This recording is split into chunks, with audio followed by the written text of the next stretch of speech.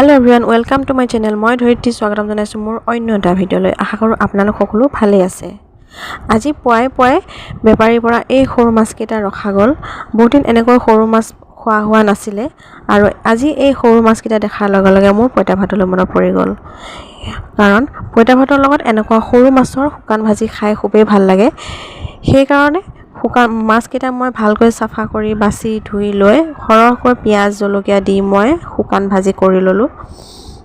আলু এটা বইল কৰি মই তাতে ডালমুট মিক্সাৰ পিয়াজ জলকীয়া গুড়ি কেঁচা মিঠাতেল আৰু নিমখ দি মই পিটিকা বনাই ললোঁ। লগতে লৈছোঁ মই বাঁহৰ গাজৰ খৰিচাৰ আচাৰ, দুটুকুৰ পিয়াজ আৰু মাছৰ শুকান ভাজি।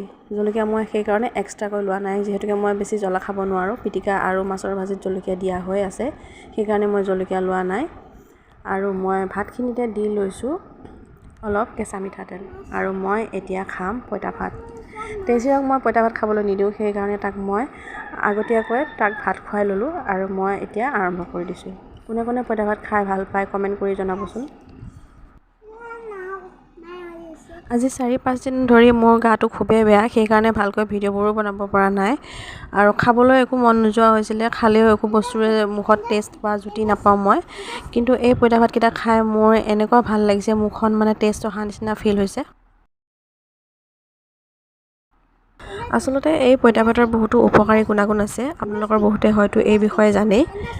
যিসকলে অত্যাধিক গেছৰ সমস্যাত ভুগি আছে তেখেতসকলে যদি কণ্টিনিউ এসপ্তাহ ৰাতিপুৱা খালী পেটত পইতা ভাত খায় তেনেহ'লে গেছৰ সমস্যাৰ পৰা উপশম পাব পাৰে। এনেকৈ ময়ো আগতে খাই চাইছিলোঁ আৰু গেছৰ সমস্যাৰ পৰা উপশম পাইছোঁ। আপোনালোকেও তেনেহ'লে এনেকৈ খাই চাব পাৰে। আৰু পইতা ভাত বুলি ক'লেই মোৰ স্পেচিয়েলি দেউতালৈ মনত পৰে, কাৰণ আগতে যেতিয়া এই আহাৰ শাওণ মাহত পথাৰত হাল কোৰ মাৰে বা কঠীয়া ৰোৱা দিন হয়, তেতিয়া দেউতাই পথাৰত মই পইতা ভাত কাম কৰি থকা অৱস্থাত পথাৰত কেৱল মই পইতা ভাত খুৱাই দেখিছিলোঁ। আৰু দেউতাৰ পইতা ভাতৰ লগত যিবোৰ জুতি আছিলে জুতিবোৰ খুবেই ভাল লাগে।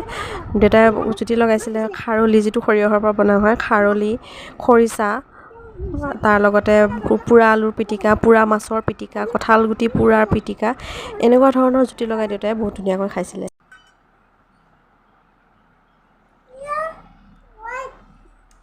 এনেকুৱা ভাল লাগিছে খাই।